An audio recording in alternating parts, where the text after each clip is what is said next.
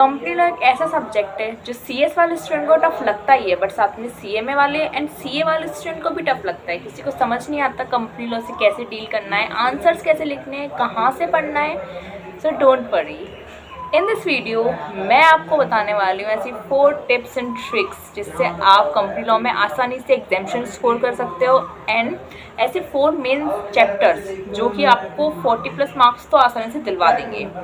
Okay, so I am Sanam Chakravar and let's get start the video.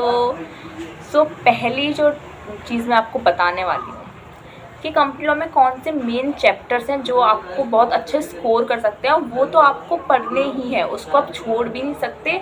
और जो भी जितनी भी केस स्टडीज़ आएंगी वो उन्हीं चैप्टर में से मेनली आएंगी, मतलब आएंगी ही आएंगी, आप उन्हें नहीं छोड़ सकते। और वो आपको अभी भी काम आएंगे एंड बाद में आप जब सीएस बन जाओगे उसके बाद भी वो आपको काम आएंगे। सो कौन से हैं वो चैप्टर्स? पहला chapter general meeting, board meeting, board constitution and board composition. Okay, so ये 4 मेन चैप्टर्स हैं जो कि पार्ट बी में आते हैं कंपनी लॉ। एंड आपको ये चैप्टर बिल्कुल ऐसे करना है, पहले तो आप मीटिंग्स वाला पार्ट निपटा लो, like general meeting, board meeting निपटा लो, फिर उसका कंपोजिशन निपटा लो, like independent directors and general meeting में कौन इंडिपेंडेंट डायरेक्टर्स होते हैं, डायरेक्टर्स कौन होते हैं, उनका कोरम वगैरह ये सब निपटा लो।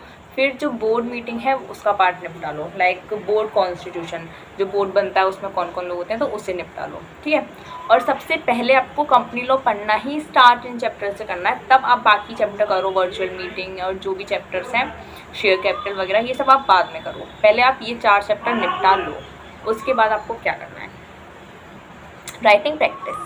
ऑफ कोर्स राइटिंग प्रैक्टिस तो आपको करनी है, वरना आपको समझ नहीं आएगा कंपनी लॉ में केस स्टडीज़ कैसे लिखनी है। और कंपनी लॉ में इतनी बड़ी बड़ी केस स्टडीज़ आएंगी तो आपको उन्हें पढ़ना पड़ेगा, आपको उनका इंटरप्रिटेशन आना चाहिए अच्छे से। ओके, तो आपको आप केस स्टडी कहाँ से सॉल्व करनी है, या तो आप वो ICSI के गाइडलाइन आंसर से सॉल्व कर सकते हो, या तो आप स्कैनर उठा सकते हो। ओके, तो इन दोनों चीज़ से आप केस स्टडी सॉल्व कर सकते हो, और जितनी भी केस स्टडीज़ हैं सब सॉल्व कर लो। लाइक केस स्टडीज़ CA वालों को भी आती हैं, CMA वालों की भी आती हैं, तो आप इनकी भी केस स्टडीज़ उठा के देख लो, CA वालों की भी देख लो एंड CMA वालों की भी क्वेश्चंस उठा के देख लो। इन सब में से सारी केस स्टडीज़ कर लो, मतलब अपनी भी कर लो, CA वालों की भी कर लो, CMA वालों की भी कर लो, तो आपकी केस स्टडीज़ और राइटिंग प्रैक्टिस इतनी बढ़िया तरीके से हो जाएगी कि आप अच्छे से क्वेश्चन को 100 क्वेश्चन प्रैक्टिस कर लिए। बट अब उन्हें लिखना कैसे है, तो सिंपल सा फॉर्मेट है जिसमें आप केस स्टडी लिखोगे, सारी केस स्टडी उसी फॉर्मेट में लिखनी है। फैक्ट लिखो, प्रोविजन लिखो, कॉन्क्लूजन लिखो, या तो फिर आप फैक्ट भी पहले लिख सकते हो, प्रोविजन लिख सकते हो, या फिर आप प्रोविजन पहले लिखो, फैक्ट पहले बाद में लिख दो, लास्ट में लिख दो, चलेगा। ठीक है, बट कॉन्क्लूजन, प्रोविजन एंड ये जो फैक्ट है तो लिखना ही लिखना है, इस फॉर्मेट को फॉलो कर लेना, ईजी। ओके, फैक्ट क्या होता है? फैक्ट में आपको बताना है कि क्वेश्चन क्या बोलना चाह रहा है, क्या पूछ रहा है क्वेश्चन। प्रोविजन में क्या लिखना है, आपको सेक्शन बताना है कि ये सेक्शन है एंड इसमें ये बोला गया है। ओके, एंड कॉन्क्लूजन में क्या करना है, कॉन्क्लूजन में आपसे पूछेंगे कि इस पर्सन ने ये किया है, ये सही किया है, नहीं किया है, तो आपको कॉन्क्लूजन में बताना है कि इस प्रोविजन के अकॉर्डिंग इसने ये काम या तो सही किया है या नहीं किया। बस आपको ये बताना है कि इस केस स्टडी में जो बोला गया है वो उसने सही से किया है, ये प्रोविजन एप्लीकेबल हो रहा है, या फिर उसने इस प्रोविजन को वायलेट किया है, आपको ये बताना है। ओके, देन लास्ट जो चीज़ बताने वाली हूँ मैं वो है मॉड्यूल रीडिंग। अगर आपने कंपनी लॉ का मॉड्यूल रीड नहीं किया तो आपको उसकी लैंग्वेज समझ नहीं आएगी। आप बाकी सब्जेक्ट हैंड रिटन नोट्स पढ़ सकते हो, बाकी सब्जेक्ट के पढ़ो, बट आप कंपनी लॉ के साथ ऐसा नहीं कर सकते। कंपनी लॉ में आपको एक बार तो मॉड्यूल रीड करना ही पड़ेगा।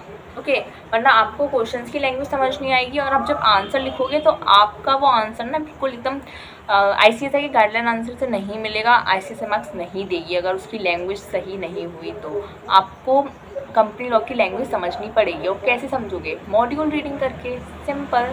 तो कंपनी लॉ का जो मॉड्यूल है वो एक बार तो रीड करना ही करना है। अभी बहुत टाइम है, दिसंबर में एग्ज़ाम है। ओके, तो अभी काफ़ी टाइम है, आप आराम से अपना मॉड्यूल रीड कर सकते हो। एक बार मॉड्यूल रीड कर लो, साथ साथ हैंड रिटन नोट्स बनाओ, या फिर कोचिंग से जो आपके हैंड रिटन नोट्स दिए होंगे वो पढ़ो, पर उन्हें बाद में पढ़ना, पहले मॉड्यूल पढ़ लो। ओके, सो मैं इसको बता देती हूँ मैंने पूरी वीडियो में क्या बताया। सबसे पहले कि कौन से मेन चैप्टर्स हैं, like general meeting, board constitution, board composition. Okay, ये 4 मेन चैप्टर है जो आपको पढ़ने ही पढ़ने हैं। ओके, देन सेक्शन से याद कर लेना। इनके सेक्शंस भी याद करने इन चैप्टर्स के, जनरल मीटिंग, बोर्ड मीटिंग, इन सब के सेक्शन याद कर लेना अच्छे से, क्योंकि इनमें क्वेश्चन आएंगे और आप सेक्शन के साथ लिखोगे तो बहुत आसानी से आपका हो जाएगा। फिर मैंने बताया कि आपको क्वेश्चंस कहाँ से सॉल्व करने हैं, लाइक आप ICSI की गाइडलाइन से सॉल्व कर सकते हो, एंड CA वाले, CMA वाले की कंपनी लॉ के पेपर उठा के देख लो एंड स्कैनर सॉल्व कर लो, ठीक है। उसके बाद राइटिंग प्रैक्टिस, उसमें कैसे करना है, फैक्ट, प्रोविजन, कॉन्क्लूजन, क्वेश्चन पढ़ा, स्कैनर में देखा, गाइडलाइन में देखा, लिखा उसको, ठीक है। Then last module reading, module read करना है तो करना है, एक बार तो करना है, आप बिना मॉड्यूल रीड करे कंपनी लॉ में अच्छा स्कोर नहीं कर सकते, सीरियसली, ओके। तो इस वीडियो के लिए इतना ही। अगर आपको कोई डाउट हो तो कमेंट सेक्शन में डाल देना, या फिर मेरे इंस्टा चैनल पे मुझे मैसेज कर देना, मैं देख लूँगी। और अगर आपको चैप्टर वाइज, सब्जेक्ट वाइज किसी चीज़ की वीडियो चाहिए तो मुझे ज़रूर बताना, मैं उसे बना दूँगी। एंड आज के लिए इतना ही, bye bye. Like and subscribe ज़रूर कर लेना, बाय।